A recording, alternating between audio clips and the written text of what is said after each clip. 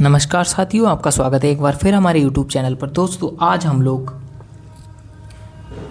विश्लेषण करने वाले हैं उस बहुत ही महत्वपूर्ण कहानी का जो एक ऐतिहासिक महत्व रखती है उन लोगों के जीवनी के लिए जिन लोगों को इतिहास में बहुत ही दबाया, सताया, कुचला गया, जिनके अधिकारों को छीन लिया गया, जिनके अधिकारों को नहीं दिया गया, उनके जीवन को जीने के लिए उनके साथ बहुत ही यातनाएं की गई।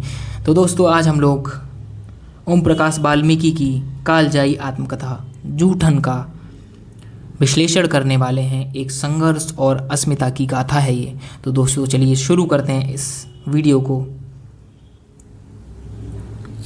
तो सबसे पहले हम समझते हैं कि जूठन का अर्थ और सामाजिक संदर्भ। तो दोस्तों, इस जूठन आत्मकथा में जो ओम प्रकाश वाल्मीकि जी हैं वो बताते हैं कि जूठन शब्द केवल बचा खुचा भोजन नहीं है, बल्कि उस अपमानजनक व्यथा का प्रतीक है जिसने करोड़ों को मानवीय गरिमा से वंचित रखा है। उनके कहने का मतलब है, जैसे हम नॉर्मल जूठन की बात करें तो जूठन का मतलब बचा खुचा भोजन होता है, लेकिन उनकी ये रचना बताती है कि जूठन का मतलब सिर्फ बचा खुचा भोजन नहीं है, बल्कि उस अपमानजनक व्यवस्था का प्रतीक है जिसने करोड़ों को मानवीय गरिमा से वंचित रखा। यानी कि इन लोगों को इनके अधिकारों से वंचित रखा, इनको दबाया गया, सताया गया, कुचला गया। जो भी तथाकथित पिछड़ी जाति के लोग हैं उनको सताया गया, दबाया गया, उनके प्रति भेदभाव किया गया, उनके अधिकारों से वंचित रखा गया। तो इस वजह से वो कह रहे हैं ये एक अपमानजनक व्यवस्था का प्रतीक है जिसने करोड़ों को मानवीय गरिमा से वंचित रखा। तो दोस्तों, आगे बढ़ते हैं।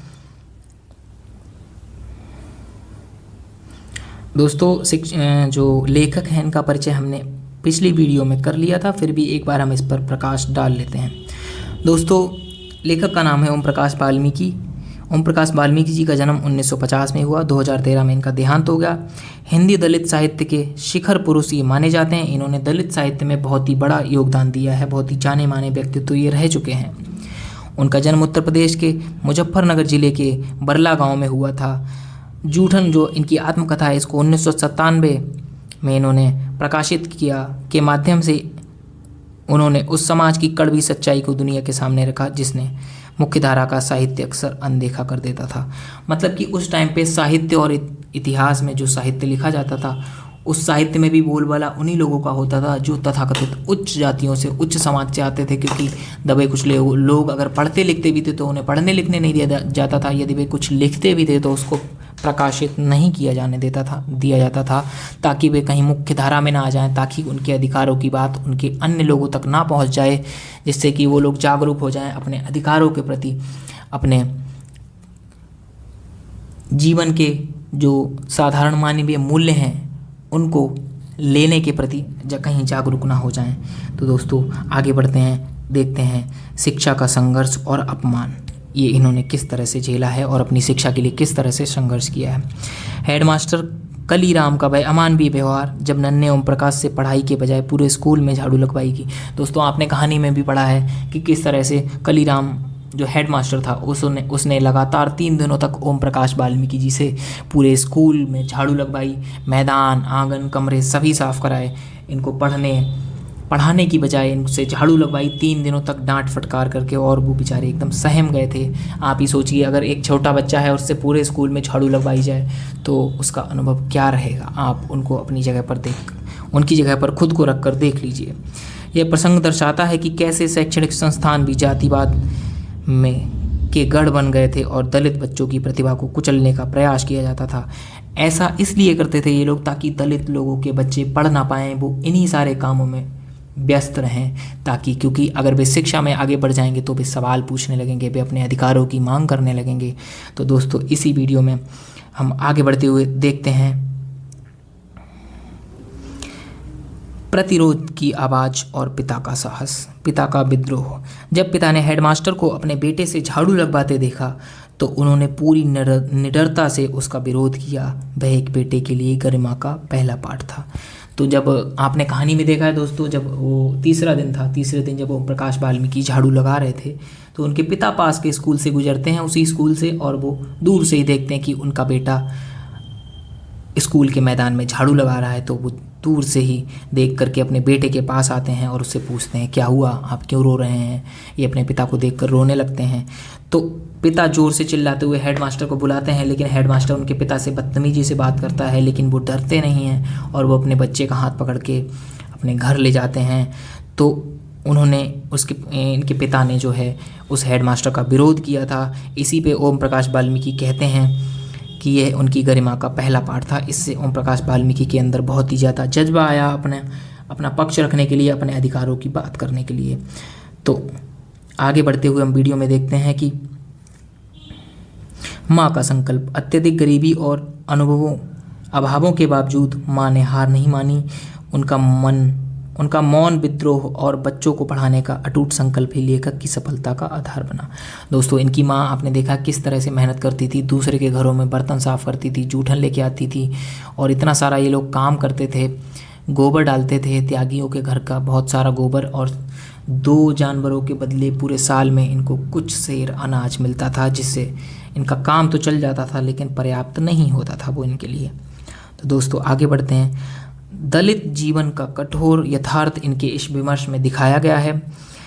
इसमें आप देख सकते हैं किस तरह से गांव के बाहर इनकी बस्तियां बनाई जाती थी। देखिए, आप देख सकते हैं इस इमेज में किस तरह से ये जो गांव का मेन एरिया है, यहाँ पे मेन बस्तियां, और गांव के बाहर सुदूर कहीं दलित बस्तियां हैं, जो कि यहाँ पे कूड़ा बहुत सारा है, बहुत सारी गंदगी है। सोचिए आप किस तरह से इस गंदगी में ये लोग अपना जीवन व्यतीत करते होंगे, कितनी बदबू होगी, कितनी अनहाइजीनिक कंडीशंस में इन लोगों ने अपना जीवन गुजारा है, कितना संघर्ष किया है।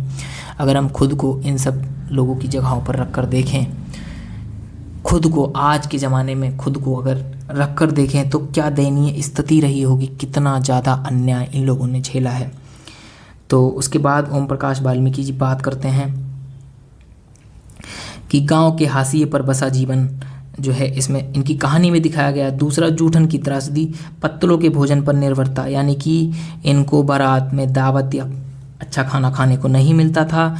ये कटोरे लेके अपने अपने बर्तन लेके घरों के बाहर या फिर जो टेंट लगा होता था उसके बाहर खड़े रहते थे। जब पूरी बारात खा लेती थी तब इन लोगों को जो है भोजन करने को मिलता था, वो भी अच्छा भोजन नहीं, ना ही बचा हुआ भोजन। बचा हुआ तो फिर भी अच्छा होता है, बारातियों के बाद जो बचता है वो तो फिर भी अच्छा होता है, क्योंकि वो जूठा नहीं होता है। जबकि वो भोजन इनको खाने को मिलता था जो पत्तलों में, डोंगों में बचता था, जो वो जूठा छोड़ते थे, वो भोजन इनको खाने को मिलता था। सोचो आप कितनी गंदगी, कितना त्रासदी इन लोगों ने झेली है। इसके बाद हम बात करते हैं साहित्यिक कलम की। पीड़ा को वो शब्दों में पिरोने की शक्ति, यानी कि इन्होंने अपनी पीड़ा को अपना जो है मजबूत पक्ष बना लिया और उसको किताबों में उकेर दिया, ताकि और भी दलित लोग, और भी दलित समाज के लोग जो पिछड़े हैं, अति पिछड़े हैं, जो दलित हैं, वो इन सारे विमर्श को पढ़ें और जागरूक हों और अपने हक अधिकारों के बारे में जान सकें और उसके प्रति विरोध कर सकें, उन यातनाओं के प्रति, उन सिस्टम की खामियों के प्रति।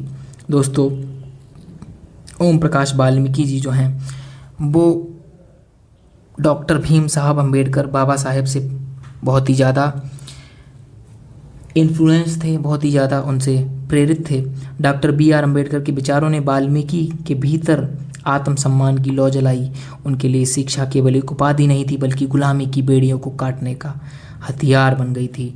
डॉक्टर बाबा साहब अम्बेडकर ने कहा था, शिक्षित बनो, संगठित रहो और संघर्ष करो। इस मंत्र ने उनके जीवन की दिशा ही बदल दी। दोस्तों, आगे इस विमर्श के आत्मकथा के जो प्रमुख विषय हैं वह हैं जाति आधारित अमानवीयता, सदियों पुराने शोषण और भेदभाव का सजीव चित्रण किया है। इन्होंने पता नहीं कैसे हिम्मत जुटाई है उन परिस्थितियों को, उन परेशानियों को, उन जटिलताओं को उठाने की जिसमें सदियों से शोषण और भेदभाव चलता आ रहा था।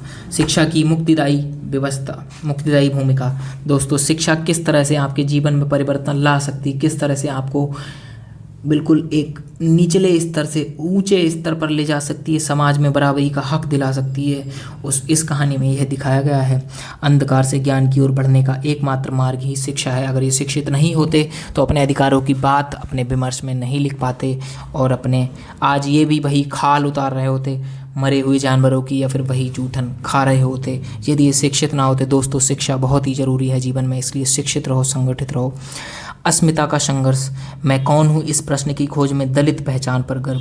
दोस्तों ये जो इनका विमर्श है, ये अस्मिता का संघर्ष है, इसमें इनकी पहचान, इन्होंने अपनी किस तरह से पहचान बनाई है शिक्षा के माध्यम से, किस तरह से अपनी पहचान को छिपाया नहीं बल्कि उसको आत्मसम्मान के साथ जिया है, अपने दम पर संघर्ष किया है उन आवाज़ों के प्रति जो इनको दबाने का काम करती थी। इसके बाद सामूहिक पीड़ा को दर्शाया गया है। यह केवल एक व्यक्ति की नहीं बल्कि पूरे समुदाय की आवाज़ है। इनका विमर्श जो है पूरे समस्त समुदाय की, समस्त उन लोगों की आवाज़ है जिनको दबाया गया, कुचला गया, जिनके अधिकारों को मार लिया गया, छीन लिया गया। तो दोस्तों ओम प्रकाश वाल्मीकि का एक कोट है, इन्होंने कहा था, जूठन सुखा कर रख ली जाती थी, उन कड़वी यादों को याद करते ही आज भी मन आक्रोश से भर जाता है, क्योंकि हमारी जाति ही हमारी पहचान का एकमात्र पैमाना है।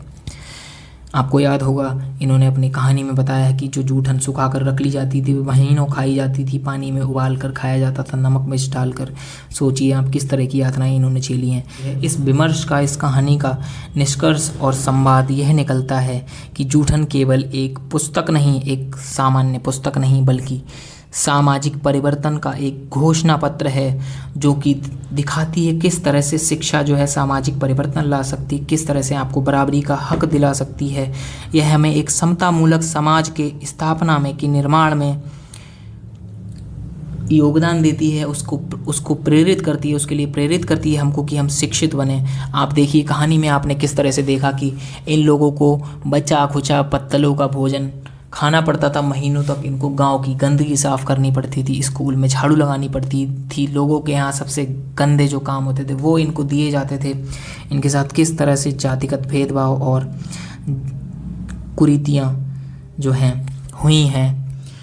तो दोस्तों जूठन जो है वह दिखाती है कि ये केवल पुस्तक नहीं है, सामाजिक परिवर्तन का घोषणा पत्र है। आपने यह भी देखा है कहानी में कि किस तरह से जूठन खाने वाले व्यक्ति अगर शिक्षित हो गए तो किस तरह से वही त्यागी जो अपनी जूठन दिया करते थे इनको खाने को, उन्हीं त्यागियों का बेटा जो है वो इनके यहाँ भोजन करने आता है, इनके यहाँ भोजन करता है, एक रात रुकता भी है इवन। तो आप देखिए शिक्षा आपको किस स्तर तक ले जा सकती है, शिक्षा आपको मानवता में ला सकती है, शिक्षा आपको मानवता का प्रतीक बना सकती है। दोस्तों धन्यवाद।